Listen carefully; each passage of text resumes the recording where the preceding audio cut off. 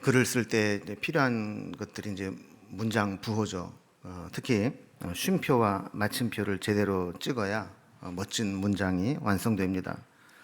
인생을 문장에 비유한다면 시작과 마침표는 내 마음대로 할 수 있는 게 아닙니다. 그러나 쉼표는 적절한 곳에 우리가 잘 찍을 수 있습니다. 때로 인생에 물음표가 찍힐 때도 있고 느낌표가 찍힐 때도 있지만 우리 인생에 정말 중요한 것은 중간중간 쉼표를 잘 찍는 것입니다. 쉼표는 미완성입니다. 쉼표를 잘 찍고 새롭게 시작하여 나머지를 멋지게 완성 짓는 것이 필요하죠. 우리는 한 해를 마무리하는 이 시점에서 우리 인생에 또 하나의 쉼표를 찍으면서 한숨을 돌리기도 하고 또 한 해를 마무리하면서 또 새해를 맞이할 준비를 하기도 합니다. 잠시 쉼표를 찍으면서 우리는 내가 가고 있는 인생이 올바른 방향으로 가고 있는지, 그리고 적절한 속도를 유지하고 있는지, 그리고 최선의 방법들로 살아가고 있는지를 점검하고 정비하고 보완할 필요가 있습니다. 우리가 쉼표를 찍으면서 기억해야 될 것은 아직 마침표가 아니라는 겁니다. 밥 모아드는 슬라이트 엣지라는 책에서 하나님이 쉼표를 찍은 곳에 마침표를 찍지 말라라는 이야기를 했습니다. 하나님이 마침표를 찍기 전까지 아직 끝난 것이 아닙니다. 비록 지금까지 실패한 것처럼 보인다 할지라도 우리는 절망하고 포기해서는 안 됩니다. 오늘 2021년의 쉼표를 잘 찍으시고 새해를 시작할 때 그 다음 문장을 멋지게 이어서 완성해 나가는 과정이 되기를 바랍니다. 연말이 되면 늘 드는 생각이 세월이 참 빠르다 하는 생각을 하게 되죠. 송구영신 예배를 드리며 2021년을 시작한 게 불과 얼마 되지 않은 것 같은데 벌써 어느덧 오늘이 2021년의 마지막 주일이 되었습니다. 그래서 이 마지막 주일을 송년주일이라는 의미로 한 해를 돌아보곤 합니다. 그러나 교회력으로 보면 오늘은 성탄 후 첫째 주일입니다. 성탄 후 첫째, 둘째, 셋째 주일로 이어지는 것은 성탄의 의미가 성탄절 하루를 기억하고 끝나버릴 절기가 아니라는 거죠. 예수님이 이 땅에 오신 성탄이 우리의 삶을 완전히 바꾸어 놓았고 새로운 인생을 살아갈 수 있는 큰 영향력을 끼치게 되었는데 그 성탄의 의미가 새롭게 시작되고 새롭게 살아가는 것이 바로 성탄 이후의 삶이라는 것입니다. 자, 그렇다면 예수님이 이 땅에 오셔서 우리에게 가져다 주신 변화는 어떤 것들이 있을까요? 오늘 본문은 하나님이 아들을 우리에게 보내신 의미를 설명합니다. 예수님이 이 땅에 오신 것은 하나님이 정확한 때에 그리고 하나님의 방법으로 그리고 특별한 목적을 이루시기 위해서 우리에게 보내셨다라는 것을 알게 됩니다. 오늘은 하나님이 예수님이 보내신 때가 어느 때였는지 그리고 하나님이 예수님을 어떤 방식으로 보내셨는지 그리고 하나님이 예수님을 보내신 목적이 무엇인지 이것을 좀 살펴보도록 하겠습니다. 먼저 첫 번째로 하나님이 예수님을 보내신 때가 언제인가 하는 겁니다. 하나님은 늘 하나님의 정확한 때를 가지고 움직이십니다. 그래서 우리 인생의 성공 여부도 우리가 얼마나 하나님의 때에 내 인생을 잘 맞추느냐 여기에 달려있는 것이죠. 하나님은 이 땅에 예수님을 보내실 때에도 정확한 하나님의 때에 보내셨습니다. 4절에 보면 때가 참에 하나님이 그 아들을 보내사 그랬죠. 그래서 때가 참에 그랬어요. 때가 찼다. 이 차다라는 의미는 넘치기 직전까지 끝까지 가득 채웠다라는 의미를 가지고 있습니다. 때가 찼다라는 것은 시기적으로 충분히 무르익어서 최적의 조건을 갖춘 때가 되었다라는 의미죠. 자, 그러면 어떤 의미에서 때가 찼다는 것일까요? 하나님께서 예수님을 보내시기에 최적화된 때라는 것 어떤 의미일까요? 예수님이 오셔서 우리를 구원하실 하나님께서 예비하시고 준비하신 계획을 이룰 모든 조건이 충족되었다는 겁니다. 어떤 면에서 충족되었을까요? 예수님 당시는 로마가 세계를 통일하고 모든 길은 로마로 통한다는 말처럼 교통과 정치적 상황이 로마를 통해서 전 세계로 뻗어갈 수 있는 시스템이 준비되어 있는 때였습니다. 또 팍스 로마나라는 말처럼 이 로마가 워낙 강력한 제국을 버티고 있으니까 웬만한 반란이나 국지전은 일어날 엄두를 내지 못할 정도로 오랫동안 로마 주도의 평화가 유지되어 왔습니다. 예수님께서 오시기만 하면 이 로마의 정치, 도로, 군사, 로마의 인프라를 통해서 복음이 전 세계로 뻗어나갈 모든 조건을 갖추게 된 것이죠. 그래서 바울도 이 평화의 시기에 마음껏 복음을 전하러 아시아와 유럽을 오가며 다닐 수 있었고, 또 그가 부여받은 로마의 시민권을 최대한 활용해서 주님의 복음을 전하며 살았던 것이죠. 또한 로마 제국 이전에 세계를 지배한 나라는 헬라 제국입니다. 근데 헬라 제국은 단순히 영토만 확장시킨 것이 아니라 자신의 헬라 문명이 가장 우수한 문명이라고 믿고 있었기 때문에 헬라 제국이 확장되어 가는 곳마다 헬라의 문명을 이식시키고 전파하는 것을 사명으로 알았습니다. 사실 로마 제국이 세워졌어도 그들의 철학과 문화와 같은 정신적 영역은 여전히 헬라의 영향을 벗어나지 못하고 있었던 것이죠. 그래서 당시에도 헬라어가 전 세계의 공용어가 되었고, 바울은 그 헬라어를 통해서 전 세계에 다니면서 복음을 전할 수 있었고, 또 그가 헬라어로 보낸 이 편지들이 지금 우리에게 서신서로 성경으로 남아있게 된 것입니다. 또한 구약 성경을 헬라어로 번역한 70인역 셉투아진트라고 하는 헬라어 구약 성경이 번역되고 발간되어서 하나님에 대해서 모든 사람들에게 알릴 수 있는 최적의 조건이 준비되었던 것이죠. 유대인들에게는 바벨론에 멸망한 이후에 페르시아, 헬라, 또 프톨레미 왕조, 셀류커스 왕조, 로마에 이르기까지 자기의 나라를 한 번도 되찾지 못하고 계속해서 외세의 침략과 종살이를 하게 되면서 메시아를 갈망하는 메시아 갈망 사상이 무르익고 있었던 것입니다. 자, 이렇게 정치적으로나 군사적으로나 문화적으로나 그리고 영적으로나 예수님이 오시기를 갈망하고 준비되어 있는 모든 상황이 되었을 때 하나님은 그의 아들 예수 그리스도를 우리에게 보내신 것입니다. 그래서 예수님이 오신 것은 아무 때나 오신 게 아니고 때가 참에 하나님이 예비하신 모든 때가 완전히 충족되었을 때 오셨다라는 것이죠. 그 두 번째로 하나님이 예수 그리스도를 보내신 방법은 무엇인가? 오늘 본문에 보면 예수님은 여자에게서 나셨고 율법 아래에 나셨다, 이렇게 말씀하죠.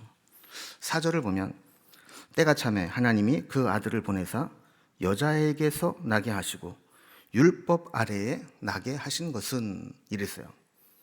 자, 예수님이 이 땅에 오실 때 여자에게서 나셨다, 그리고 율법 아래에 나셨다 그랬어요. 여자에게서 나셨다라고 하는 것은 인간의 몸을 빌어 우리와 똑같은 인간의 몸으로 오셨다라는 것이고, 율법 아래에 나셨다라고 하는 것은 율법의 한계 속에 살아가는 세상에 오셨다라는 것입니다. 하나님이 신성만 가지고 이 땅에 오신 것이 아니라 우리와 똑같은 인간의 몸을 입고 오셔서 우리를 구속하시게 되었다라는 것이죠. 또한 율법의 제약을 그대로 가지고 있으셔서 율법이 요구하는 것을 다 충족시키는 상황 속에서 오셨다는 겁니다. 여러분, 율법이 왔다라고 하는 것은 율법을 어기면 죄가 된다는 것입니다. 율법을 어겨서 죄인이 되면 그 죄에 대한 처벌을 받아야 된다는 것입니다. 예수님은 우리가 지은 죄에 대해서 모든 처벌을 대신 받으셨습니다. 그 결과 우리는 죄와 사망의 속박에서 해방되게 된 것이죠. 그래서 5절에 보면 율법 아래에 있는 자들을 속량하시고 그랬어요.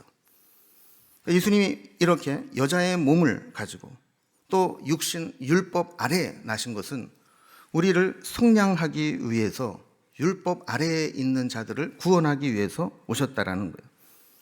이 속량이라고 하는 말은 우리 성탄 예배 때도 말씀을 드린 것처럼 이제 구속, 것과 같은 의미입니다. 그러니까 값을 대신 지불하고 사서 자유하게 했다. 이게 속량, 구속 이런 의미라고 했죠. 대한민국 국민은 대한민국 헌법 질서를 지켜야 할 의무가 있듯이 예수님 이전에 율법 아래에 있을 때에는 율법 준수의 의무를 지게 되었고 이것을 어기게 되면 처벌받는 상황 가운데 있었다는 것입니다. 그래서 율법 아래에 있는 자들은 어떻게 하든지 율법을 어기지 않으려고 어릴 때부터 철저하게 훈련을 받으며 율법에 매여 살아가게 됩니다. 문제는 이 모든 율법을 다 지킬 수 있는 사람은 없다라는 거예요. 율법은 100가지 중에 99가지를 지키고 한 가지를 어겨도 그 사람은 율법을 어긴 것이 되고 율법의 처벌을 받아야 된다라는 겁니다.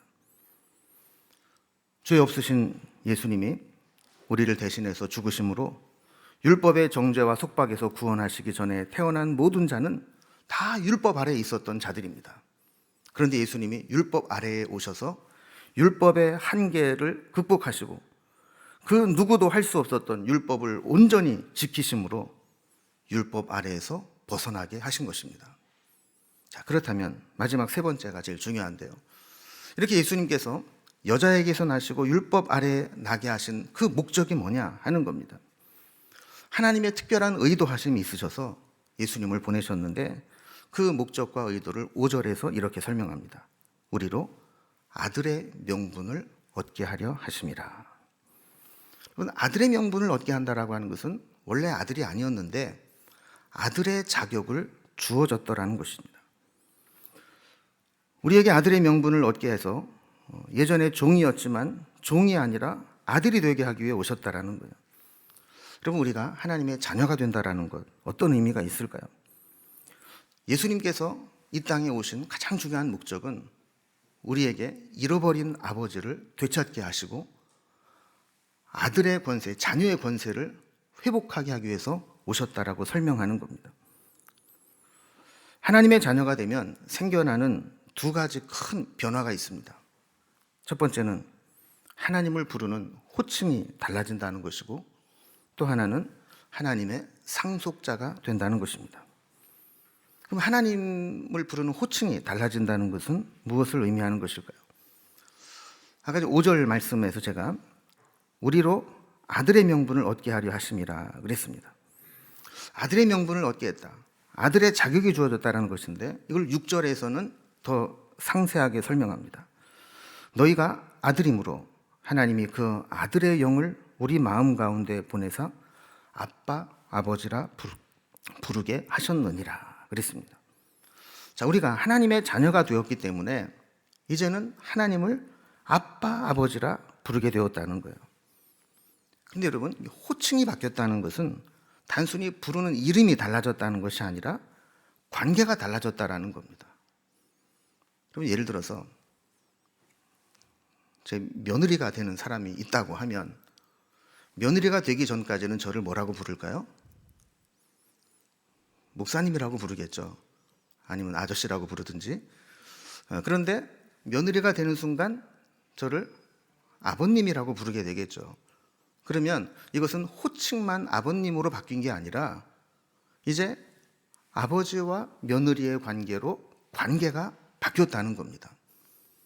여러분, 우리가 하나님을 아버지라고 부르는 것은 단지 하나님을 뭐라고 부를지 애매해서 그냥 아버지라 부르는 게 아니라 아버지라고 부르면서 우리의 관계가 아버지와 자녀의 관계가 되었다는 것을 이야기한다는 거예요. 특히 우리는 원래 자녀가 아니었습니다.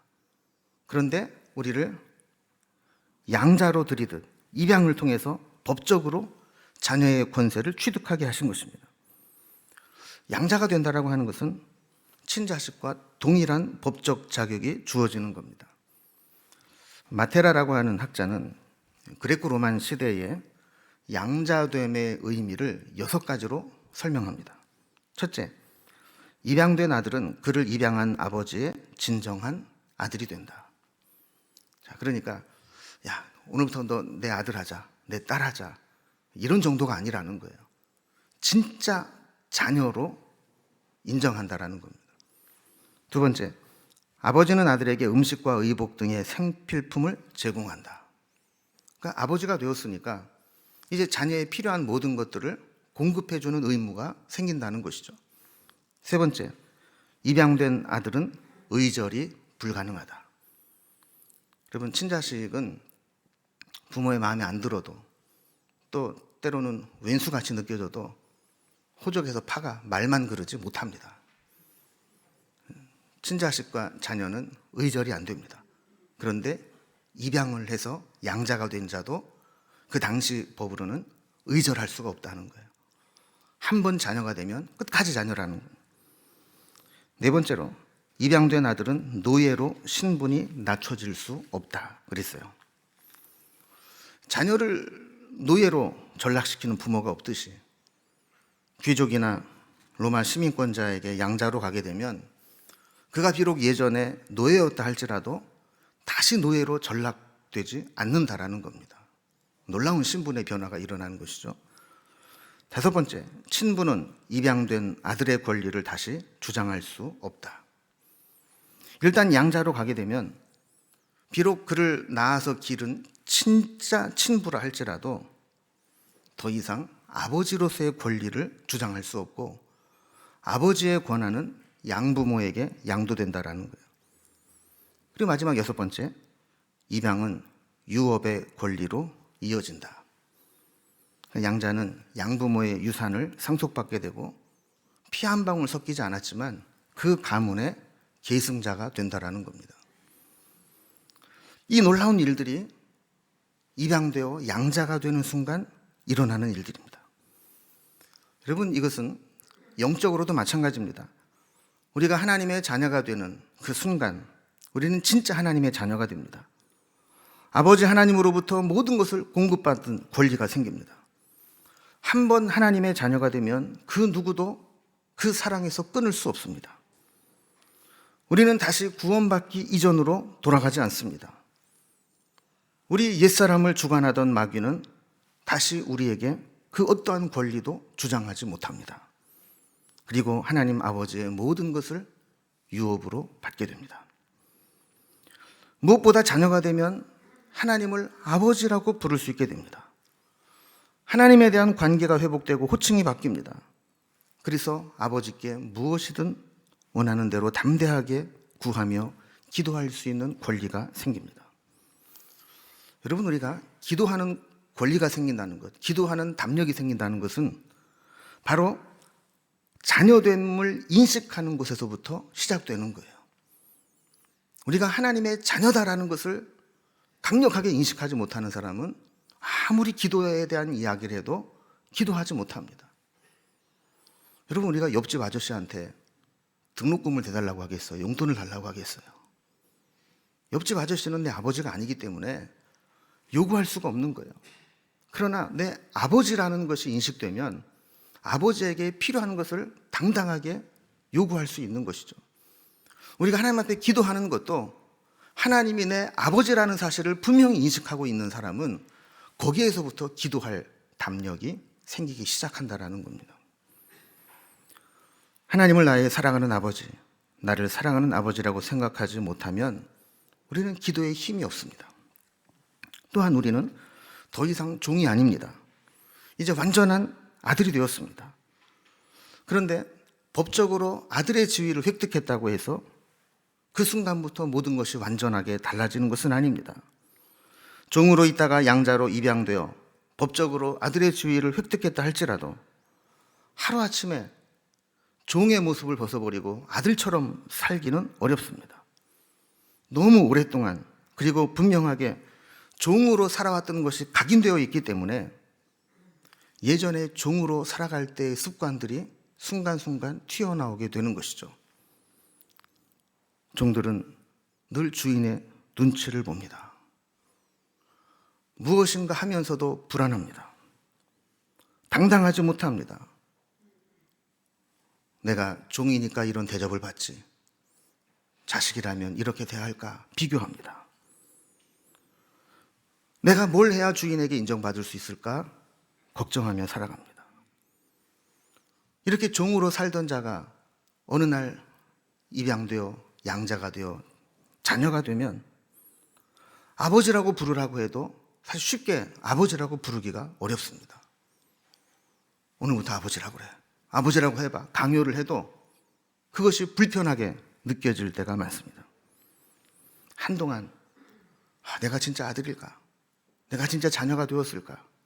하는 생각을 하게 될 것이고, 어쩌면 몇 년 동안 가끔씩 꿈에 나타나서 다시 종으로 전락하는 악몽을 꾸며 시달릴 수도 있을 것입니다. 너무나 갑작스러운 인생 역전이라 감당하기가 어려운 것이죠. 그래서 하나님은 우리에게 아들의 영을 우리 마음에 보내주셨다라고 말씀하는 겁니다. 우리가 아들로 살아가기 위해서 필요한 것은 성령의 역사하심입니다. 아들의 영, 성령님이 우리 가운데 오셔서 옛날에 종으로 살아갈 때 그 종의 생각들을 벗어버리고 완전히 하나님의 자녀로 살아갈 수 있게 되는 겁니다.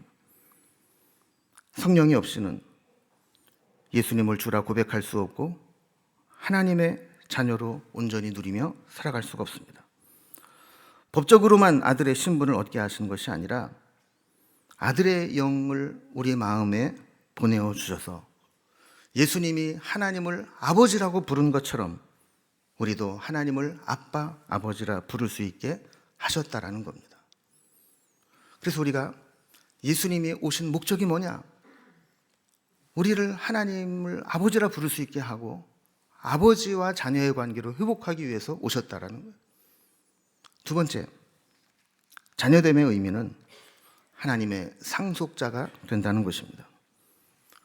예수님을 보내신 목적은 단지 노예 신분에서 속량해서 해방시킨 것에 그치지 않고 양자로 입양하여 법적인 아들의 지위를 누리게 하신 것입니다. 여기에는 놀라운 일이 포함되어 있습니다. 7절에 보면 그러므로 내가 이후로는 종이 아니요 아들이니 아들이면 하나님으로 말미암아 유업을 받을 자니라 라고 했습니다. 예수를 믿는 자는 이후로는 종이 아니고 아들이 되었다 그럽니다. 그리고 하나님을 아빠 아버지라고 부르는 특권을 받게 된다고 했습니다. 그리고 그 특권은 아버지의 유업을 이어받을 수 있는 자격으로 연결됩니다. 쉽게 얘기하면 상속자가 된다는 겁니다. 아버지께 내 거고 내게 내 거 되는 변화가 생긴다는 것이죠. 여러분, 베너라는 영화 다 기억하시죠? 이 영화의 주인공 유다 베너는 자기 집 앞으로 새로운 유다의 책임자가 지나가게 될 때 그것을 구경하기 위해 올라가서 지켜보고 있었습니다. 그런데 그 집에 지붕에서 낡은 벽돌이 떨어져서 그 로마의 책임자가 사망하게 되죠. 이로 인해서 누명을 쓰고 억울하게 체포되어서 노예로 전락하게 됩니다. 그는 3년 동안 노예 신분으로 로마의 집정관 퀸투스 아리우스의 군함에서 밑에서 노젓는 일을 하면서 살아가게 됩니다. 그 배가 마케도니아 해적들의 습격을 받아서 침몰하게 될 때 이 베너는 집정관 퀸투스 아리우스의 목숨을 구해줍니다. 퀸투스 아리우스는 이 유다 베너에게 너무 고마운 나머지 이 유다를 양자로 입양하여 아들을 삼습니다. 그리고 자신의 가문을 잇는 모든 소유를 상속할 후계자로 임명합니다. 그래서 가문 대대로 이어오는 그 가문의 반지를 빼어서 베너의 손에 끼워줍니다. 그 이전까지 유다 베너는 노예번호 41번으로 불려졌었지만 아들로 입양되는 순간 로마의 명문 귀족의 상속자가 된 것입니다. 저는 이걸 생각하면서 그런 생각을 해봤습니다.